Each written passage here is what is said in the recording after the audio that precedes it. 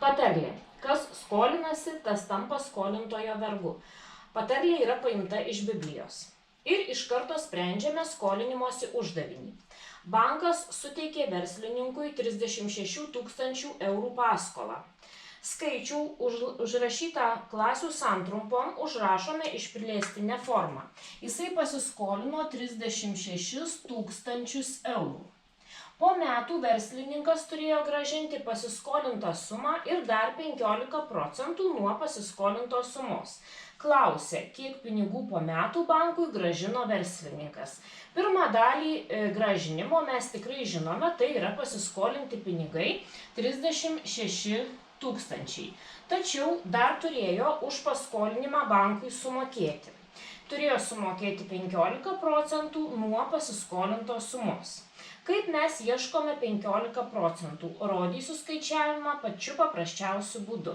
15% paverčiame dalimi. 15% atitinka 15 šimtųjų nuo pasiskolintos sumos. Ir dabar randame 15 šimtųjų nuo pasiskolintos sumos. Norėdami rasti dalį, mes visumą 36 000 daliname iš vardiklio ir dauginame iš skaitiklio.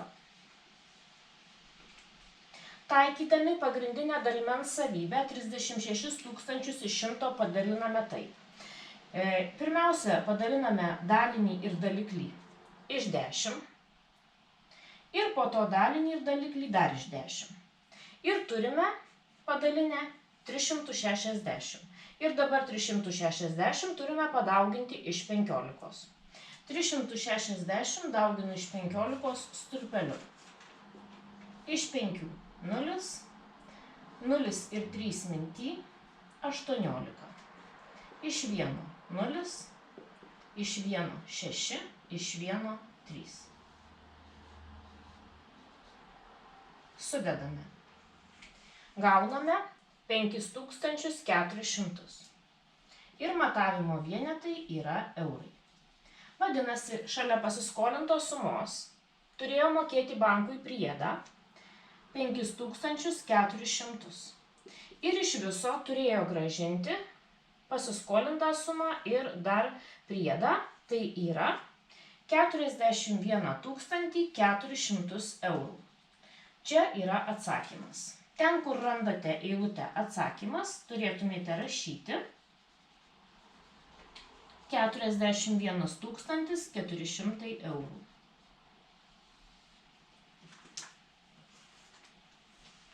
Antra užduotis ir patarlė. Dosnus žmogus turtėja, o kas pagirdo kitus ir pats bus pagirdytas. Uždavinys apie tai. Ema sutaupė 240 eurų ir 15% savo pinigų ji paaukojo gyvūnėlių prieglaudai. Kiek pinigėlių Ema paaukojo gyvūnėlių prieglaudai? Tai yra dalis jos pinigų. 15% mes verčiame paprastąją trupmeną, tai yra dalimi. Ir atitinka 1% 1/100, 15% 15 šimtųjų Emos pinigėlių. 15 šimtųjų trupmena dar yra suprastinama iš 5, skaitiklį padalinus iš 5 gaunu 3, vardiklį 20. 3/20 savo pinigų dovanoja prieglaudai ir kiek tai yra. Norint rasti dalį nuo visumos, reikia visumą 240 dauginti iš dalies išreikštos trupmeną. Dauginame 241 kart 3/20 yra lygu, prastiname daugyboje pirmiausia iš 21, iš 20 12. Ir sudauginame, kas liko, nes daugiau nesiprastina. 12 kart 3 36, 1 kart 1 1, tai yra 36 eurus, ji paaukojo gyvūnėliams auginti, maitinti ir gydyti. Klausia, kiek pinigų Emai liko, tai iš visų pinigėlių 240 atimame 36 eurus ir jai liko 204 eurai. Atsakymas į antrą klausimą. Ir trečia užduotis sako, nesikrauk lobių žemėje. Simona internetinėje parduotuvėje norėjo pirkti kuprinę. Ji norėjo išleisti visus pinigėlius, kiek turėjo 36 eurus tai kupriniai įsigyti. Tačiau jie apskaičiavo, kad jos turimi pinigai sudaro tik tai 45 procentus kuprinės kainos. Ir klausia, o tai kiek kainavo ta visa kuprinė? Tai mes turime, kad kuprinės dalis procentais yra 45 procentai, o dalis eurais yra 36. Ir mums reikia surasti visumą, tai yra kuprinės kaina. Tai dalį išreikštą procentais mes verčiame dalimi išreikštą paprastąją trupmeną. 45 procentai atitinka 45 šimtasias, štai tokią dalį. Iš tikrųjų šitą dalį dar galima suprastinti iš 5. Ir turėsime viršuje 9, apačioje 20. Taigi mes turime, kad kuprinės kaina 36 eurai sudaro 9/20 tokią dalį visos kuprinės kainos ir reikia rasti visumą. Norint rasti visumą, reikia dalį išreikštą eurais dalinti iš dalies, kiek tie eurai atitinka kuprinės kainoje. Tai yra iš 9/20. Čia aš rašau dalinta. Ir dalinsime trupmenas. Pirmoji trupmena yra 36 pirmosios. Tada dalybą keičiame į daugybą, antrąją trupmeną verčiame aukštyn kojom ir 29 gauname. Atlikdami trupmenų daugybą trupmenas prastiname iš 9 iš 9 4 ir kas liko sudauginame. Tai bus 80, vardiklyje 1, 80 eurų kainavo kuprinė. Aš atsakymą pabraukiu.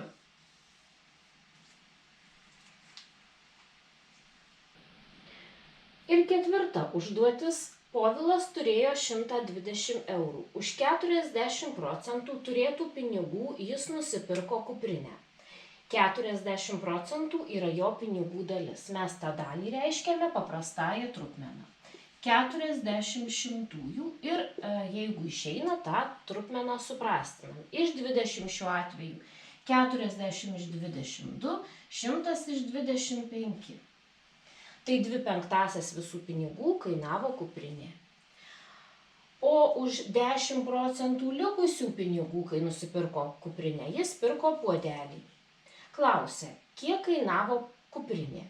Tai kuprinė sudarė 2/5 dalį pinigų nuo 120 eurų. Tai 120 reikia dauginti iš dalies, kurią norime rasti.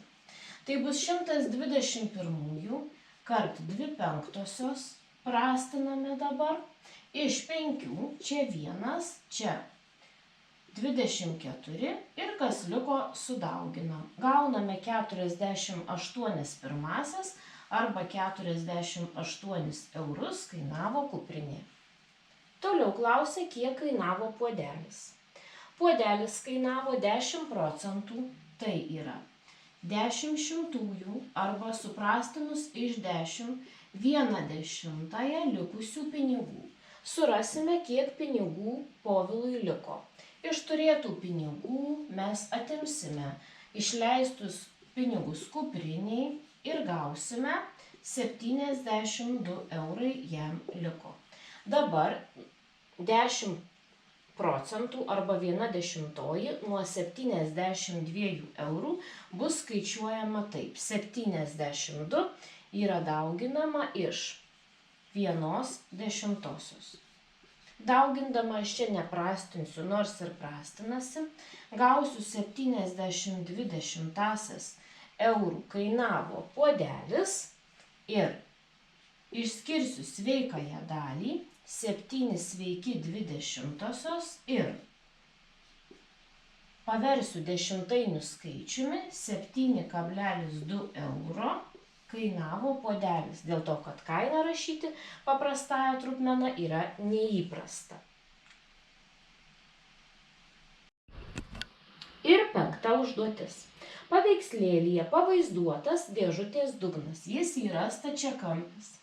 Asta į dėžutę tvarkingai sudėjo 3 vienodas monetas. Monetos liečia viena kitą. ir taip pat liečia dėžutės sieneles.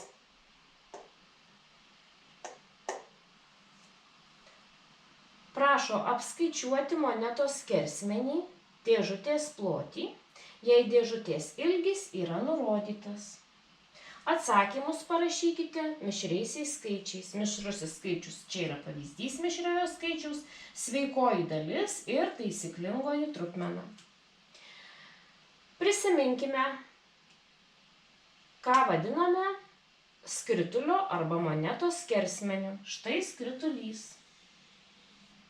Taškas yra pačiam centre yra apskritimo centras ir atkarpa jungianti centrą su apskritimo tašku vadinama apskritimo spinduliu, o atkarpa einanti per centrą ir jungianti du apskritimo taškus yra vadinama apskritimo skersmeniu. Skersmenų apskritimo galiu nubrėžti daug. Čia, čia, čia. Ir brėžinyje aš brėžiu monetų skersmenis ten, kur yra patogu. O patogu yra brėžti štai čia vieną skersmenį, čia antrą ir čia trečią. Matome, kad monetos skersmenys yra vienodi ir stačiakampio ilgį dalyje į 3 vienodas dalis. Norėdami rasti monetos skersmenį, stačiakampio ilgį 3 sveikus 5/6 cm daliname iš 3. Vykdome trupmenų dalybą. Pirmą trupmeną verčiame netaisyklingąją. 3 kart 6 ir plus 5 yra 23/6. Dalinta iš trupmenos paprastosios 3/1. Dalybą visada keičiame į daugybą 23/6 kart. 1/3 antrą trupmeną verčiam aukštyn kojom, bandome prastinti. Niekas nesiprastina. Kas liko? Sudauginam. Turim 23/18 cm ir išreiškiame mišriuoju skaičiumi, nes trupmena yra netaisyklinga. 18 į 23 telpa vieną kartą, liekame 5 ir 5/18 cm yra monetos skersmuo. Monetos skersmuo dar žymimas D mažąja raide, tai čia galiu pridėti D lygų. Ir vienas atsakymas. Kitas atsakymas mūsų prašė rasti dėžutės plotį. Dėžutės plotis yra štai čia, tačiau aš skersmenį monetos nupiešiu kitoj vietoj. Čia. Taip, va čia skersmuo. Ar jis nelygus kartais dėžutės pločiui? Taip. Tai dėžutės plotis yra toks kaip monetos skersmuo. Tai yra 1 sveikas 5/18 cm.